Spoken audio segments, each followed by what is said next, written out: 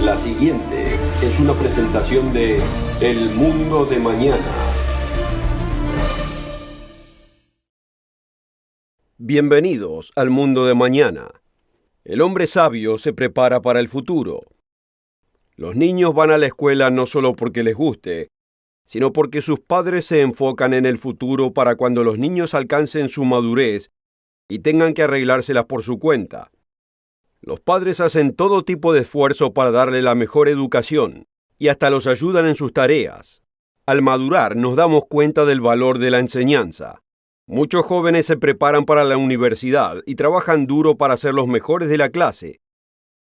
El hombre sensato sacrifica el hoy por el mañana. Él piensa con 4, 10 años o más tiempo de anticipación. Por ejemplo, el hombre sensato considera el hecho de que se va a jubilar dentro de 30 o 40 años y se prepara para ese entonces. Pero no importa cuánto vivamos, esta vida es corta comparada con la eternidad. Es como un parpadeo de ojo. Entonces, ¿por qué dedicamos tan poco tiempo en considerar si es que existe la eternidad en nuestro futuro? Y si es así, ¿cuáles son las consecuencias y qué es lo que hacemos para prepararnos? La común creencia religiosa es que cuando uno muere, uno realmente no se muere. Algunas religiones enseñan la reencarnación, la cual dice que volvemos como otro ser humano, o volvemos como una forma de vida inferior, como por ejemplo un perro callejero. Los que profesan el cristianismo también creen que no morirán, sino que poseemos un alma inmortal. En otras palabras, que el cuerpo muere, pero que existe un alma inmortal con vida eterna dentro nuestro y que al morir puede que vaya al cielo para estar con Dios o vaya al fuego incandescente del infierno para ser martirizado por siempre y para siempre. ¿Pero es esto lo que enseña la Biblia? ¿Puede uno saberlo? La respuesta es sí que puede. Cuando regrese, le voy a mostrar lo que la Biblia realmente dice acerca de lo que pasa cuando uno muere. Y no es lo que la mayoría suponen. Acompáñenos.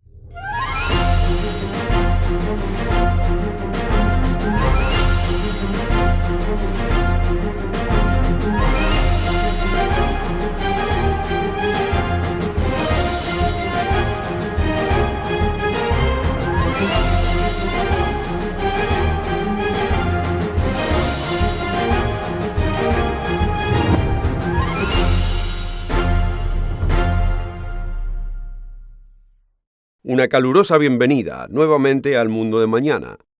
Esta idea de que los seres humanos realmente no mueren se encuentra en la Biblia. Pero puede que lo sorprenda quién fue el que enseñó esta teoría. Es una noción muy antigua que se remonta al tiempo de nuestros primeros padres. Dios puso a Adán y a Eva en un hermoso jardín lleno de árboles frutales y nueces de todo tipo. Sin duda había una gran variedad de frutas y vegetales y otros alimentos disponibles para ellos. Pero existía una clase de fruta que se encontraba en un árbol especial, en medio del jardín, y fueron instruidos por Dios de no comerlo. Poco después, Satanás, en forma de serpiente, astutamente le preguntó a Eva en Génesis capítulo 3, «¿Con que Dios ha dicho, no comerás de todo árbol del huerto?» Ella le respondió diciendo que podían comer de todo árbol, pero con una excepción. Eva entonces repitió la advertencia de Dios como le fue dada a Adán. Dios ha dicho, no comerán de él ni le tocarán, para que no mueran. Y la serpiente respondió a esto, ciertamente no morirán. Aquí, Satanás contradijo el directo enunciado de Dios, dejando a Eva con una decisión. Creerle a Dios que dijo que morirían, o creerle a Satanás que dijo que no morirían. Hasta este día la mayoría de la gente sin darse cuenta rechazan a Dios y le creen a Satanás. ¿Y usted? Mucha gente malinterpreta este primer encuentro entre el ser humano y Satanás, parcialmente porque está muy condensado. El árbol del que les fue prohibido comer era llamado el árbol del conocimiento del bien y del mal. No debemos pensar por esto que Dios no les dio conocimiento de un estándar de conducta. Él por supuesto que lo hizo, y como parte de esta instrucción, los instruyó que no comieran de ese árbol. A pesar de esto, Eva fue persuadida por la tentación de Satanás. y se tragó la píldora de que al comer de ese árbol alcanzaría la sabiduría, aunque su elección de rechazar la revelación de Dios fue en realidad muy insensata. Fue la primera de las tantas decisiones de la humanidad de decidir por su cuenta qué es lo que es bueno y qué es lo que es malo. Y nuestra insensatez continúa hasta el día de hoy. Adán y Eva rechazaron a Dios y escucharon el consejo de Satanás. Cuando hicieron esto, su perspectiva de la vida y de cómo vivirla inmediatamente cambió.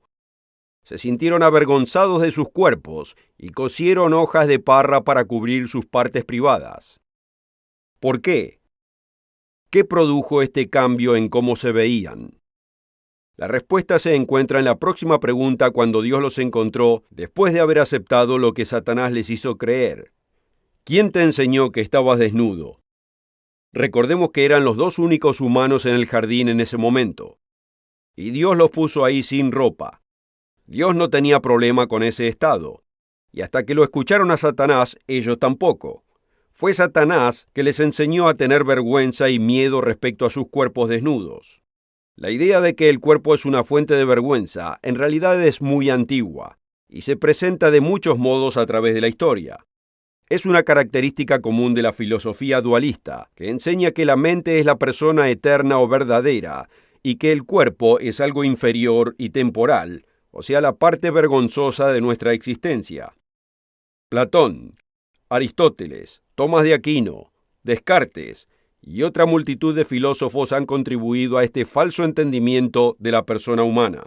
El concepto neoplatónico de la dualidad influenció profundamente la doctrina cristiana, pero todo comenzó con la mentira satánica propuesta a Adán y a Eva de que sintieran vergüenza de la creación física de Dios. La cristiandad moderna fue inconscientemente tan profundamente influenciada por las creencias paganas que los profesos cristianos actuales están completamente engañados de lo que la Biblia dice realmente respecto a esto y a muchos otros temas.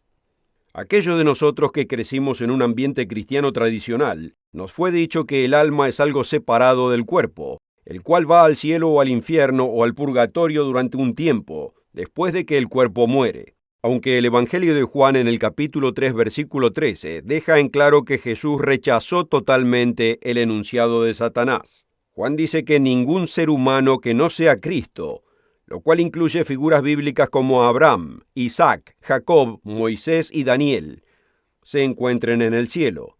Dice, y nadie subió al cielo, sino el que descendió del cielo, el Hijo del Hombre que está en el cielo. Pero ¿qué pasa con esto llamado alma? ¿No dice la Biblia que el alma se va al cielo o a un lugar de tormento cuando uno muere? Puede que lo sorprenda, pero no lo dice. La palabra alma en el Antiguo Testamento viene de la palabra hebrea nefesh, simplemente significa criatura. Por ejemplo, encontramos la palabra alma en la traducción Reina Valera en el 2 capítulo de Génesis, versículo 7. Dice lo siguiente: Formó pues Dios al hombre del polvo de la tierra y sopló en su nariz aliento de vida, y fue el hombre un alma viviente. Esto nos debería llevar a detenernos a pensar. Notemos que dice que el hombre pasó a ser un alma viviente. ¿No indica esto la posibilidad de un alma no viviente? Otras traducciones lo indican en una forma menos confusa, diciendo que el hombre pasó a ser un ser viviente. Además, un cuidadoso estudio del lenguaje original de la escritura del Antiguo Testamento nos demuestra que la palabra nefesh, de donde viene la palabra alma, puede referirse a otras criaturas que no sean seres humanos. Por ejemplo, en Génesis capítulo 1, versículo 21 dice lo siguiente: Y creó Dios las grandes ballenas y toda criatura o nefesh que se mueve, que las aguas produjeron según su género, y toda ave alada según su género. Así que la palabra hebrea, de la cual traducimos la palabra española alma, se refiere a toda criatura viviente. Y la Biblia además se refiere a nefesh, o sea, el alma, estando muerta. Notemos en Levíticos capítulo 21, versículo 11, donde habla de un cuerpo muerto. La palabra persona, donde dice persona muerta, es la palabra hebrea nefesh. Así que si nefesh es la palabra traducida al español como alma, entonces el alma puede morir. Esto es confirmado en Ezequiel capítulo 18, versículo 4. He aquí que todas las almas son mías. Como el alma del Padre, así el alma del Hijo es mía. El alma que pecare, esa morirá. Esto se repite en el versículo 20. El alma que pecare, esa morirá. En otras palabras, la Biblia describe al hombre como perecedero. Cuando la mayoría de los profesos cristianos leen lo que es discutiblemente el versículo más famoso de la Biblia, Juan 3:16, no alcanzan a notar la importancia de un poderoso enunciado contenido en él. Como dice la traducción interlineal Francisco Lacueva, porque de tal manera amó Dios al mundo que ha dado a su Hijo unigénito para que todo aquel que en él cree no perezca, mas tenga vida eterna. Sabemos lo que significa cuando el alimento perece. Y cuando decimos que los pasajeros perecieron en un accidente, cualquiera entiende que significa que murieron. No están simplemente heridos, murieron, están muertos. Cuando nos referimos a un asunto bíblico, ¿por qué la gente insiste en otro significado inapropiado de la palabra perecer? La Biblia enseña que la vida y la muerte son cosas opuestas. En ningún lado la Escritura describe a la vida humana como algo intrínsecamente inmortal.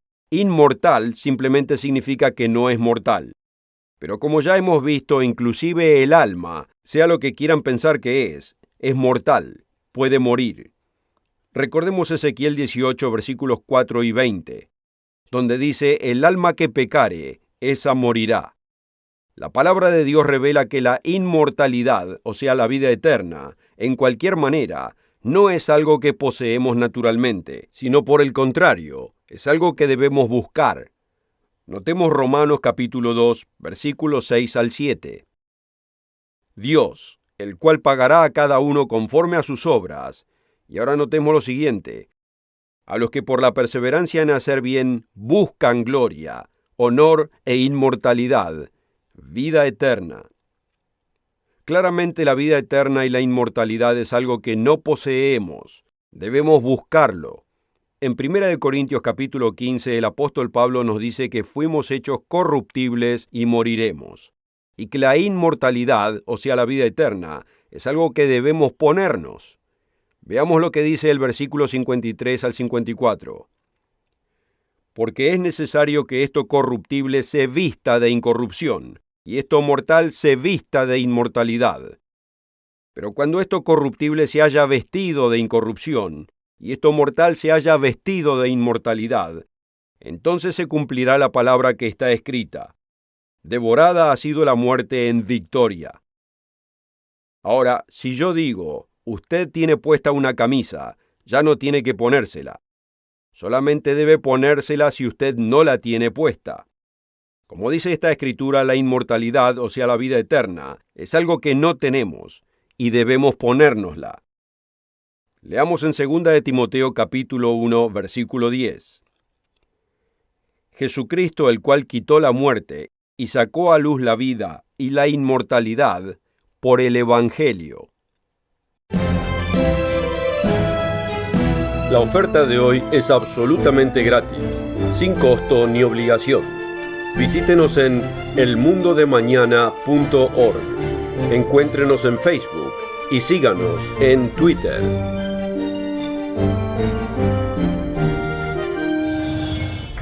Con esta oferta también obtendrá una suscripción gratuita de la revista El Mundo de Mañana, cubierta de interesantes artículos y perspectivas relevantes de importantes temas de actualidad. El Mundo de Mañana lo mantendrá actualizado con noticias internacionales, profecía bíblica y el significado de la vida misma. El Mundo de Mañana. Llame hoy. La mayoría de nosotros fuimos criados sin leer la Biblia. En cambio, aceptamos tradiciones pasadas a través de nuestros padres y conocidos. Aceptamos como verdades cosas que no se encuentran en la Biblia. Un sabio hombre dijo una vez que es más difícil desaprender el error que aprender la verdad desde un principio. ¿Y qué verdadero que es esto? ¿De dónde salió esta idea de que el ser humano posee un alma inmortal? En un comentario de 1 de Timoteo 6:16, donde dice que solo Jesucristo tiene inmortalidad, el autor de un libro de cristiandad convencional hace la siguiente anotación. Es meramente filosofía pagana, la que le atribuye al alma la indestructibilidad en sí misma. la cual debe ser atribuida solamente como una dádiva de Dios. Nuevamente Pablo afirma a este punto que la vida eterna es una dádiva de Dios. En Romanos 6:23 dice, porque la paga del pecado es muerte, mas la dádiva de Dios es vida eterna en Cristo Jesús, Señor nuestro. Es algo muy sencillo. Lo que recibimos por pecar es la muerte. Pero a través de Jesucristo obtenemos la dádiva de la vida eterna. Pablo le escribió a Tito que la vida eterna es algo que esperamos, no algo por derecho de nacimiento. Podemos verlo en Tito capítulo 3, versículo 7. La evidencia es avasalladora. El mismo Jesucristo nos dice en Juan capítulo 5, versículo 24. De cierto os digo, que el que oye mi palabra y cree al que me ha enviado, tiene vida eterna, y no vendrá a condenación, mas pasó de muerte a vida. La Biblia es consistente al describir el estado de la muerte como sin conciencia. Somos instruidos con lo siguiente en el Salmo 146, versículos 3 al 4. No confíes en los príncipes ni en el Hijo del Hombre, porque no hay en él salvación. Sale su espíritu, se vuelve a la tierra. En el mismo día perecen sus pensamientos. Y esta declaración contundente nos es dada en Eclesiastés, capítulo 9, versículo 5. Porque los que viven saben que han de morir, pero los muertos nada saben. No es solamente el Antiguo Testamento el que vincula a la muerte con el sueño inconsciente. Hay una escritura encontrada en el libro de Juan que describe cómo el amigo de Jesús, Lázaro, estaba gravemente enfermo. A Jesús le fue pedido que acudiera rápidamente para que sanara a su amigo. Durante el camino, le dio la noticia a sus discípulos de que Lázaro había muerto. Notemos cómo lo explicó en Juan capítulo 11. Jesús dijo, nuestro amigo Lázaro duerme, mas yo voy a despertarle del sueño. Dijeron entonces sus discípulos, Señor, si duerme, sano estará. Pero esto decía Jesús de su muerte, y ellos pensaban que hablaba del reposar del sueño. Y entonces Jesús les dijo claramente, Lázaro ha muerto. El apóstol Pablo también vinculó la muerte con el sueño. En una ocasión en particular le escribió a la gente de Tesalónica para alentarlos acerca de los conocidos que habían muerto. Puede que a causa de muertes recientes en ese área. Notemos lo que dice en Primera de Tesalonicenses capítulo 4, comenzando en el versículo 13. Mas no quiero, hermanos, que ignoréis acerca de los que duermen, para que no os entristezcáis como los otros que no tienen esperanza. Porque si creemos que Jesús murió y resucitó, así también traerá Dios con él a los que durmieron en Jesús. Por lo cual os decimos esto por palabra del Señor, que nosotros que vivimos, que habremos quedado hasta la venida del Señor, no precederemos a los que durmieron. Los líderes engañados en la temprana iglesia vieron a esta escritura a través del lente de las ideas filosóficas paganas de su tiempo. Algunos líderes fueron profundamente influenciados por la filosofía griega. Notemos esta cita del altamente respetado Manuel de Erdmann de la historia de la cristiandad.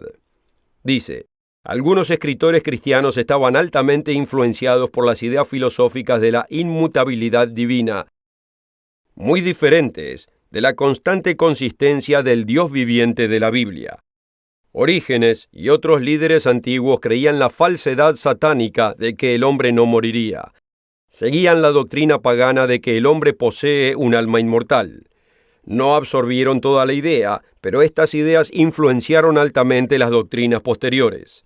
En vez de creerle a Dios, la mayoría de los profesos cristianos creen, como yo creía en mi juventud, que poseemos un alma inmortal y que al morir se irá inmediatamente al cielo, pero el alma inmortal del desobediente irá a un lugar muy distinto para ser atormentado por toda la eternidad. Hasta este día las Escrituras han sido mal interpretadas a través de ese lente. Uno de estos versículos es Apocalipsis capítulo 14, versículo 11, donde dice, «Y el humo del tormento de ellos sube para siempre jamás. Y los que adoran a la bestia y a su imagen no tienen reposo ni de día ni de noche, ni cualquiera que reciba la marca de su nombre. Pero ¿cuál es el contexto de este pasaje? ¿Está discutiendo la fe eterna final del inicuo? No es así. Es respecto al día del Señor, el tiempo de la ira de Dios sobre la humanidad rebelde, durante el cual los seres humanos sufrirán un juicio prosiguiendo las pisadas de otro juicio. ¿Qué significa cuando dice, el humo del tormento sube para siempre jamás? Cuando escuchamos a alguien decir, la fila duró una eternidad, entendemos que se refiere a una larga fila de gente. Usamos este tipo de lenguaje figurativo constantemente en las conversaciones. El humo es un derivado de la combustión, y es ese humo el que es descrito en este versículo, el que asciende para siempre. Cuando la fuente de combustible para el fuego es consumida, el fuego deja de existir. Pero el humo puede continuar ascendiendo durante un largo tiempo. Ahora, por seguro, la Biblia habla del fuego como de la última penalidad del injusto. Pero el fuego que describe la Biblia es mucho más intenso del fuego de la creencia común. En realidad es tan intenso que consumirá totalmente a aquellos quienes serán arrojados en él. Juan el Bautista dijo que Jesús bautizaría con el Espíritu Santo y con fuego en Mateo 3, versículo 11. Y luego Juan explica el bautismo de fuego en el próximo versículo, o sea, el versículo 12. Su aventador está en su mano, y limpiará su era, y recogerá su trigo en el granero, y quemará la paja en fuego que nunca se apagará. El fuego por naturaleza es inextinguible. Continúa mientras tenga material combustible. Y lo que queda es solo humo y cenizas cuando se agota el combustible. La Biblia es inequívoca acerca del hecho de que el ser humano es mortal, y que perecerá por completo a menos que reciba la gracia de Dios. Como vimos en Juan 3:16, porque de tal manera amó Dios al mundo, que ha dado a su Hijo unigénito para que todo aquel que en él crea, no perezca, mas tenga vida eterna. Todos sabemos que nos vamos a morir, pero si somos mortales, significa que cuando morimos estaremos realmente muertos y no tenemos un alma que se vaya inmediatamente al cielo o al infierno. Además significa que no vamos a regresar en otra forma de vida o reencarnación. Pero si este es el caso, ¿cuál es nuestra esperanza? La Biblia revela que vendrá una resurrección de la muerte. En otras palabras, los muertos pueden y serán resucitados a la vida nuevamente, como lo dice Pablo. Y por cuanto la muerte entró por un hombre, también por un hombre la resurrección de los muertos. Porque así como en Adán todos mueren, así también en Cristo todos serán vivificados. Pero cada uno en su debido orden. Cristo las primicias, luego los que son de Cristo, en su venida. Y Jesús nos dice lo siguiente en Juan capítulo 5, versículos 28 al 29. Y notemos que inclusive en este pasaje existe un contraste entre la resurrección de vida y lo opuesto. No os maravilléis de esto, porque viene la hora cuando todos los que están en los sepulcros oirán su voz, y los que hicieron bien saldrán a resurrección de vida, y los que hicieron mal a resurrección de condenación o de juicio. Aquellos que vuelvan a la vida en la resurrección de condenación, les será pronunciado el juicio del lago de fuego ante el trono para ser completamente consumidos. Como lo hemos visto en otras escrituras, el profeta Malaquías describe la fe final del inicuo en el capítulo 4, versículos 1 al 3, en el libro que es llamado con su nombre. Porque he aquí viene el día ardiente como un horno, y todos los soberbios y todos los que hacen maldad serán estopa, ya que el día vendrá y los abrazará, dice el Señor de los ejércitos, el cual no dejará ni raíz ni rama, los cuales serán ceniza bajo las plantas de vuestros pies. ¿Significa esto que no tenemos esperanza? Para nada. La Biblia, la cual declara que somos mortales, también nos da la esperanza de la inmortalidad. Este es el significado de Juan 3:16. No hace falta perecer. Jesucristo nos promete la dádiva de la vida eterna en su segunda venida, para aquellos que creen en su evangelio y actúan al respecto. Para muchos esto no es entendido y parece una lejana promesa, similar a la promesa que le fue dada al carácter bíblico Esaú. Un día Esaú regresó de la cacería cansado y hambriento, y encontró a su hermano Jacob, quien había preparado un delicioso potaje de lentejas, y le pidió un plato del mismo. Esaú era un hombre básico que vivía por el hoy, y le importaba poco el futuro. Cuando Jacob negoció con él por la bendición de primogenitura pasada a través de su padre, él se la canjeó por un plato de lentejas. No tenemos tiempo de verlo todo ahora, pero esa bendición era muy superior a lo que cualquiera de estos dos hermanos pudieran imaginar. Esaú canjeó un increíble futuro por un plato de lentejas. Amigo, ¿estará usted haciendo lo mismo? ¿No está de acuerdo que al prepararse para su futuro, no debería de ignorar su futuro eterno? Si quisiera saber más acerca de lo que la Biblia enseña con respecto a la vida después de la muerte, asegúrese de visitar el sitio web elmundodemañana.org para leer o bajar el folleto El misterio del destino humano. Este folleto instructivo le ayudará a descubrir la pasión de la verdad de que existe la esperanza más allá del sepulcro. Asegúrese de encontrarnos la semana que viene a la misma hora y en el mismo lugar para aprender más buenas nuevas acerca del mundo de mañana desde las páginas de su Biblia. Nos vemos la próxima semana. Hasta entonces, queridos amigos. La oferta de hoy es absolutamente gratis, sin costo ni obligación.